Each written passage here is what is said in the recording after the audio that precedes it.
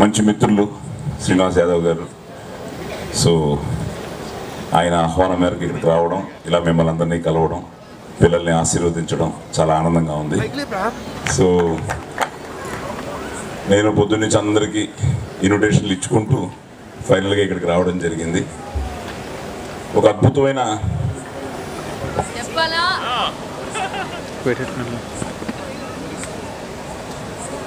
నాకు యాక్చువల్గా మా నాన్నగారి గొంతు, నాన్న ఎంతోమంది హీరోలకి డబ్బింగ్ చెప్పారు.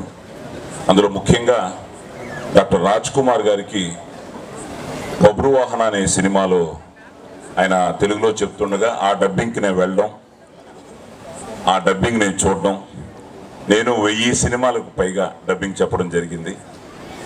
ఇండియాలో అమితాబ్ బచ్చన్ కూడా వీర బబ్రువాహన, మణిపురానికి రాజు, నిండు సభలో మా వాడితో ఏమన్నావు, మీ చిన్ననాన్నే గాని ఇక్కడెవరికి పెదనాన్న కాదన్నావటగా, ఇప్పుడు మా పాదాల వద్దకు చేరి శరణు కోరుచున్నావా, మీ పాదాల వద్దకు శరణు కోరి రాలేదు, నా తండ్రి పాదపద్మాలకు నమస్కరించవచ్చాను.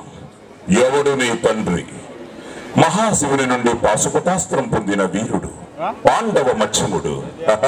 విన్నారా వీడి ప్రగల్భాలు?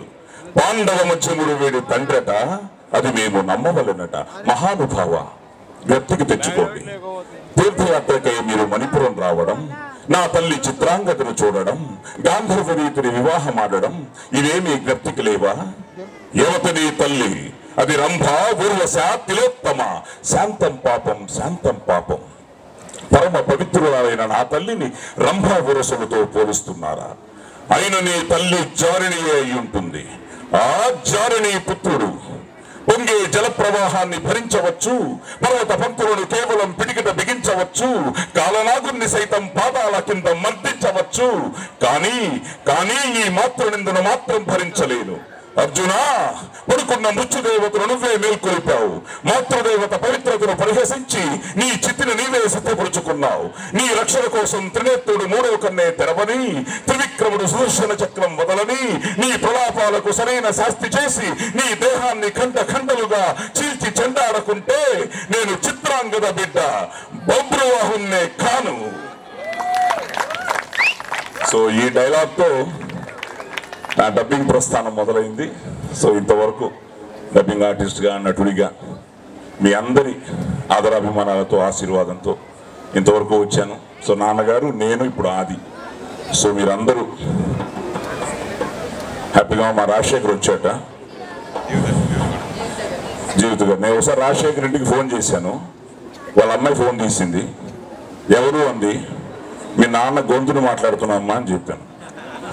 So welcome to Rajasekhar and Jeevitha. Sudha, నువ్వు ఒక ఐఏఎస్ ఆఫీసర్. ఈ సమాజాన్ని, చట్టాన్ని నీ చదువు సంస్కారాలతో ఆలోచించగలవని నీకు నా ఆవేశానికి అర్థం చెప్తున్నాను. ఈ మనుషులు, సమూహం, సమాజం, సందర్భం, న్యాయానికి 4 పాదాలుగా ఉంటే యువతరం ఇలా దారి తప్పాల్సిన అవసరం ఉండదని, అధర్మం వెర్రితలలు వేసి విర్రవీగినప్పుడు తెగ నరకమని సృష్టించిన భగవంతుడే చెప్పాడు. అందుకే అధర్మాన్ని చీల్చే అంకుశంగా చేశాను. సో రాజశేఖర్ అంకుశం. అలాగే నాకు విపరీతమైన నా వాయిస్కి అమ్మాయిల ఫ్యాన్స్ ఎక్కువ ఉండేవారు. దానికి కారణం రాజశేఖరే. తను చేసిన క్యారెక్టర్స్, ఆనాటి సీత నుంచి ఈనాటి రాధిక వరకు ఆడదే. సెంటిమెంట్ మీ బలహీనత, దాన్ని వాడుకోవడం మా టాలెంట్. మటాష్. So thank you very much. సరిపడలేదు మీ చప్పట్లు ఒకసారి గట్టిగా. Let's hear a big round of applause for the one and only Sai Kumar garu. Thank you so much, sir. Me dialogue మేము నేర్చుకోవాలంటే ఒక 4, 5, ఒక 10 సంవత్సరాలు లేదు సార్. ఈ జన్మలో రాదు. అది కొంతమందికి వస్తుందండి ఆ టాలెంట్. సో భగవంతుడు ఇచ్చిన టాలెంట్ అది కొంతమందికి వస్తుంది. అది సాయి కుమార్ గారిని భరించింది.